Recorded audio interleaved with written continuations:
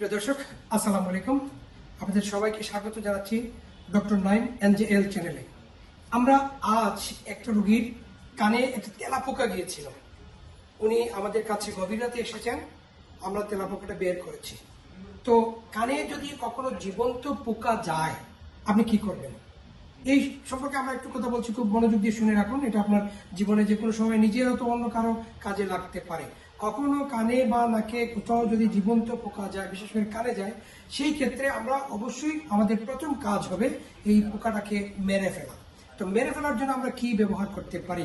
আপনার হাতের কাছে যদি অলিভ অয়েল থাকে তাহলে অলিভ অয়েল দিবেন, অথবা যে কোনো ধরনের তেল যদি থাকে সেটা দিবেন। কান একদম ভরে দিবেন, একদম ভরে, যাতে করে ওইটার সাফোকেশন মরে যায়।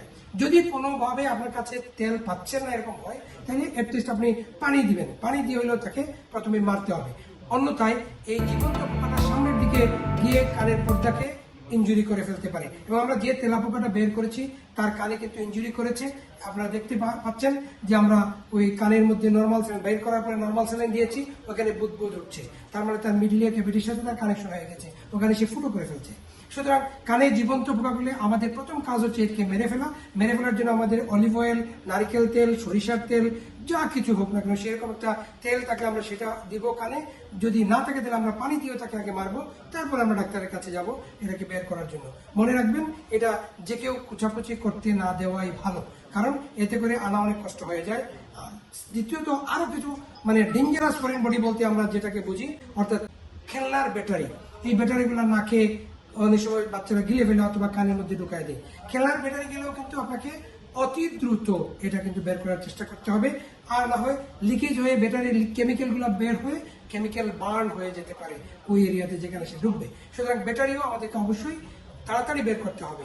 আরেকটা ডেঞ্জারাস ফরেন বডি হচ্ছে হাইগ্রোস্কোপিক ফরেন বডি, অর্থাৎ যে সমস্ত জিনিস পানিতে পড়লে ফুলে যায় এবং পরবর্তীতে পচে যেতে পারে, সেই সমস্ত ফরেন বডি থাকলে আমাকে অতি দ্রুত ডাক্তারের কাছে যেতে হবে এবং সেটা বের করতে হবে।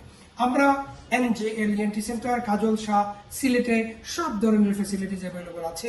আপনাদের কারো কোনো এরকম হঠাৎ করে কোনো ফরেন বডি, অথবা আপনি খাওয়ার সময় হাড্ডি লেগে গিয়েছে, মাছের কাঁটা চলে গিয়েছে আপনার গলায়, কয়েন গিয়েছে বাচ্চাদের অনেক ক্ষেত্রে, আমরা সব ধরনের ফরেন, এমনকি শ্বাসনালীতে হিজাব পিন চলে যায়, এরকম কিন্তু আমাদের এখানে উন্নত প্রযুক্তির সবগুলা এন্ডোস্কোপি থেকে শুরু করে সবকিছু আছে। দক্ষ হাতে আমরা এই কাজটা করে থাকি। আপনারা এই সময়ে NJL ENT সেন্টারকে কাছে পাবেন আমাকে, ডক্টর নুরুল হুদা নাইম। আপনাদের সবাইকে অনেক অনেক ধন্যবাদ। ভালো থাকবেন, সতর্ক থাকবেন এবং সুস্থ থাকবেন। আসসালামু আলাইকুম।